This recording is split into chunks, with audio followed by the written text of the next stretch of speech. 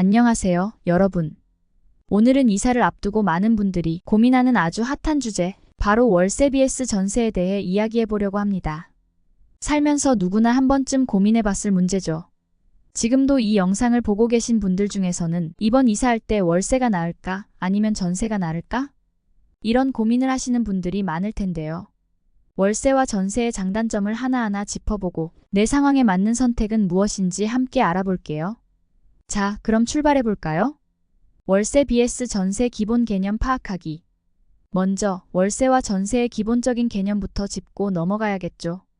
두 방식 모두 집을 빌려서 사는 개념이지만 각각 어떻게 다른지 이해하는 것이 중요합니다.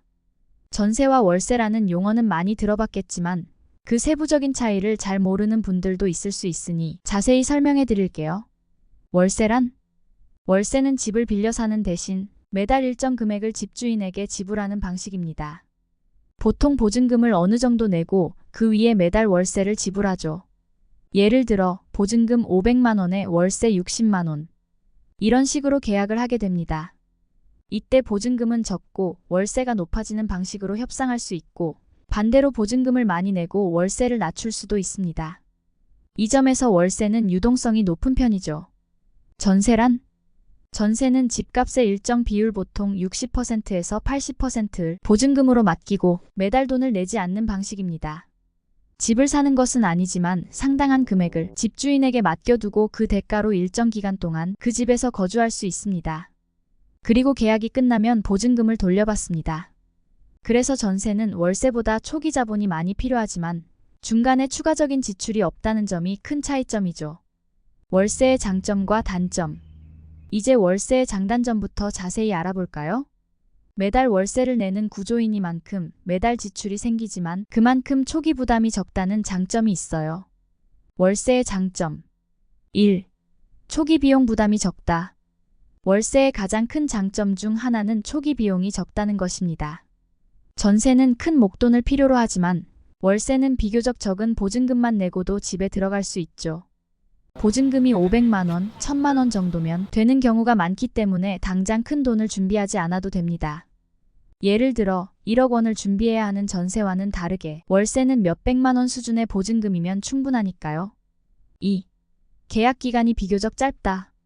월세 계약은 보통 1년에서 2년 정도로 짧습니다. 이는 자주 이사를 해야 하거나 직장 이동, 학업 등의 이유로 여러 지역을 오가는 사람들에게 유리합니다. 즉, 월세는 언제든지 다른 지역으로 쉽게 이동할 수 있는 자유를 제공해 주는 거죠. 예를 들어, 직장이 자주 바뀌거나 특정 지역에 오랫동안 머무를 계획이 없는 사람이라면 월세가 더 적합할 수 있습니다. 3. 현금 흐름 관리가 용이하다. 월세는 매달 일정한 금액만 납부하면 되기 때문에 현금 흐름 관리가 더 쉬울 수 있습니다. 처음부터 큰 목돈을 묶어두지 않기 때문에 급하게 돈이 필요할 때도 유연하게 대처할 수 있죠.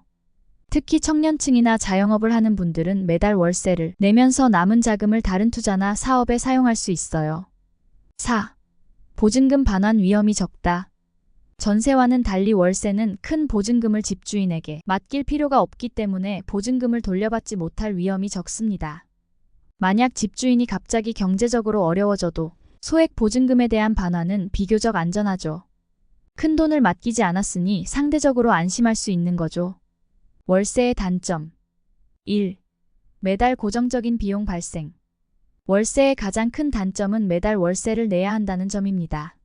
아무리 적은 금액이라고 해도 매달 고정 지출이 생기다 보니 장기적으로 봤을 때 누적되는 비용이 만만치 않죠. 예를 들어 매달 50만 원의 월세를 낸다고 가정하면 1년 동안 무려 600만 원을 지출하게 됩니다. 이 돈은 다시 돌려받을 수 없다는 점에서 재정적으로 부담이 될 수 있죠. 2. 재산 축적이 어렵다. 월세는 매달 납부하는 돈이 그냥 사라지기 때문에 자산으로 남지 않습니다. 전세처럼 보증금을 나중에 돌려받을 수 있는 구조가 아니죠. 따라서 월세를 장기간 지불할 경우 그 돈이 소멸되어 재산 축적에 도움을 주지 않는다는 점에서 경제적 계획을 세울 때 고려해야 합니다. 3. 임대료 인상 위험. 월세는 집주인이 계약 갱신 시 임대료를 올릴 수 있는 가능성이 있습니다. 물론 법적으로 임대료 인상에 일정한 제한이 있지만 집값이나 물가 상승에 따라 월세 부담이 커질 수 있다는 점은 월세 계약의 단점 중 하나입니다. 전세의 장점과 단점. 이제 전세의 장단점도 하나씩 살펴볼까요? 전세는 큰 보증금을 한 번에 내고 매달 비용을 내지 않는 방식입니다. 그렇기 때문에 처음에 목돈이 필요하지만 그 이후에는 경제적 부담이 적다는 것이 장점이죠. 전세의 장점. 1. 매달 비용이 없다. 전세의 가장 큰 장점 중 하나는 매달 월세를 내지 않아도 된다는 점입니다. 한 번 보증금을 내고 나면 계약 기간 동안 추가 비용 없이 그 집에 거주할 수 있죠. 특히 안정적인 생활을 원하거나 큰 지출을 피하고 싶은 사람들에게는 전세가 매력적일 수 있어요. 계약 기간 동안 다른 경제적 부담을 줄일 수 있으니까요. 2. 보증금을 돌려받을 수 있다. 전세는 계약 기간이 끝나면 보증금을 돌려받는 방식입니다. 물론 계약이 끝난 후에도 집주인이 보증금을 돌려주지 못할 위험이 있긴 하지만 대부분의 경우 보증금을 안전하게 돌려받을 수 있습니다. 전세는 이런 점에서 저축과도 비슷한 개념이라고 볼 수 있죠.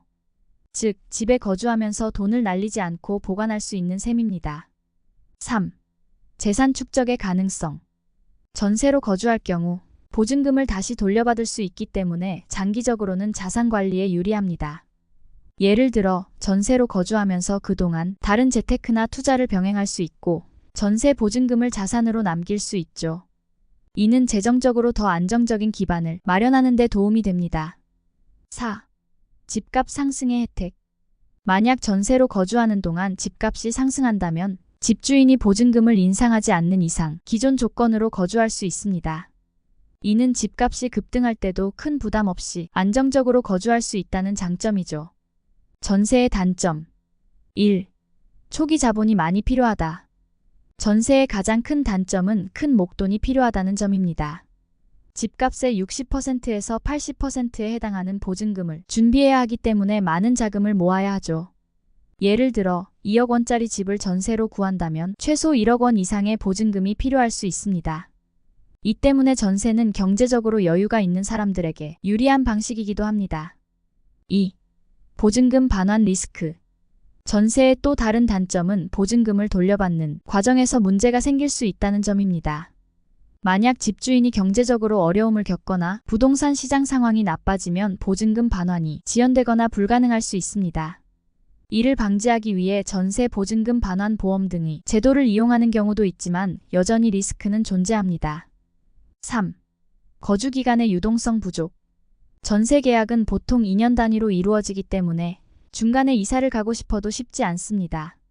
만약 직장이나 생활 환경이 변동되어 이사를 가야 할 상황이 생기면 계약을 유지하기 어렵고 계약 기간을 채우지 못하면 위약금 등의 문제가 발생할 수 있죠. 4. 부동산 시장에 따른 리스크. 부동산 시장이 하락할 경우 전세 보증금도 위험에 처할 수 있습니다.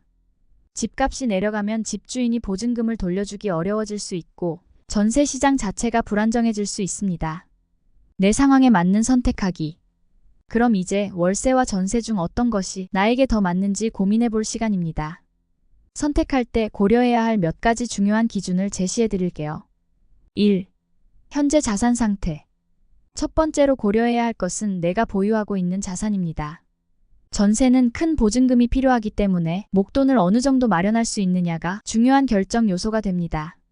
만약 큰 자금을 준비할 수 없다면 월세가 더 현실적인 선택일 수 있겠죠. 2. 미래 계획. 앞으로 2년, 3년 후의 계획도 중요한 요소입니다. 만약 이 지역에서 오랫동안 살 계획이 있고 안정적인 생활을 원한다면 전세가 더 적합할 수 있습니다. 반면 직장이나 학업 등으로 자주 이사를 해야 한다면 월세가 더 유리할 수 있죠. 월세는 계약 기간이 짧고 유동성이 크기 때문입니다. 3. 부동산 시장 상황. 부동산 시장의 변동성도 무시할 수 없습니다. 집값이 상승할 때는 전세가 유리할 수 있지만 하락할 때는 월세가 더 나을 수 있습니다. 시장의 흐름을 잘 파악해서 미래 가치까지 고려하는 것이 중요합니다. 4. 생활 스타일. 마지막으로 나의 생활 스타일도 중요합니다. 매달 고정 지출을 감당할 수 있는지 아니면 초기 자금을 준비해두고 편하게 살고 싶은지에 따라 월세와 전세의 선택이 달라질 수 있죠. 마무리. 자, 이렇게 월세와 전세의 장단점 그리고 선택할 때 고려해야 할 사항들에 대해 함께 알아봤는데요. 여러분은 어느 쪽이 더 마음에 드시나요? 사실 이 선택은 단순히 돈의 문제만이 아니라 앞으로의 라이프 스타일, 계획, 자산 관리까지 모두 고려해야 하는 중요한 문제입니다. 가장 중요한 것은 내 상황에 맞는 선택을 하는 것이겠죠. 오늘 영상이 여러분의 고민을 해결하는데 조금이라도 도움이 되었길 바랍니다. 이사를 앞두고 계신 분들이라면 꼭 참고하셔서 현명한 선택을 하시길 바랄게요. 댓글로 여러분은 월세파인지 전세파인지 의견도 공유해주세요. 그럼 좋아요, 구독 부탁드리며 다음 영상에서 만나요. 감사합니다.